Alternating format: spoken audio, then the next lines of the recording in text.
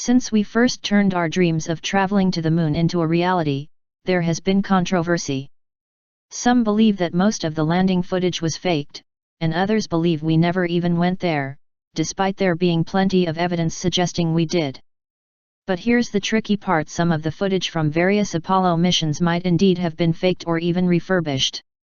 Many insiders have also accused NASA of doing things like this, but, based on the information we have from sources like these, and many others, it seems the problem is not that we didn't get to the moon, but rather what we found and concealed from the public when we got there.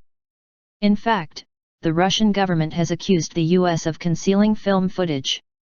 Agency insiders, like Norman Bergrun, view some of his publications for NASA, where he worked for more than a decade, here, or Bob Dean, United States Army Command Sergeant Major, who also served at the Supreme Headquarters Allied Powers Europe, SHAPE, of NATO as an intelligence analyst, are a few out of many. Ladies and gentlemen, my government, NASA, which many of us in the United States say stands for Never a Straight Answer, proceeded to erase 40 rolls of film of the Apollo program: the flight to the moon, the flight around the moon, the landings on the moon, the walking guys here and there. They erased, for Christ's sake, 40 rolls of film of those events. Now we're talking about several thousand individual frames that were taken that the so-called authorities determined that you did not have a right to see. Oh, they were disruptive, socially unacceptable, politically unacceptable.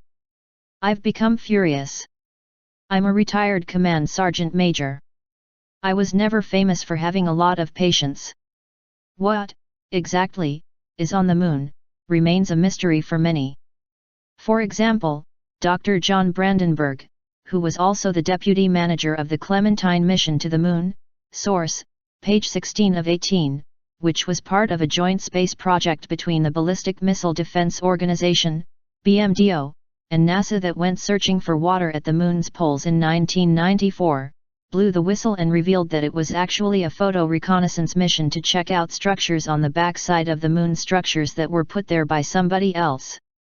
Brandenburg has also worked for the government with top-secret security clearances on various projects.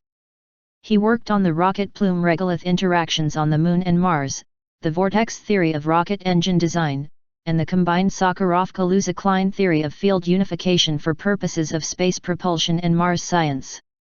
He also invented the microwave electrothermal plasma thruster using water propellant for space propulsion. You can listen to a lecture of his below this video where he goes deeper into his take on the extraterrestrial issue. As you can see, these are just a few out of many people with high credibility trying to let the world know that something strange is going on.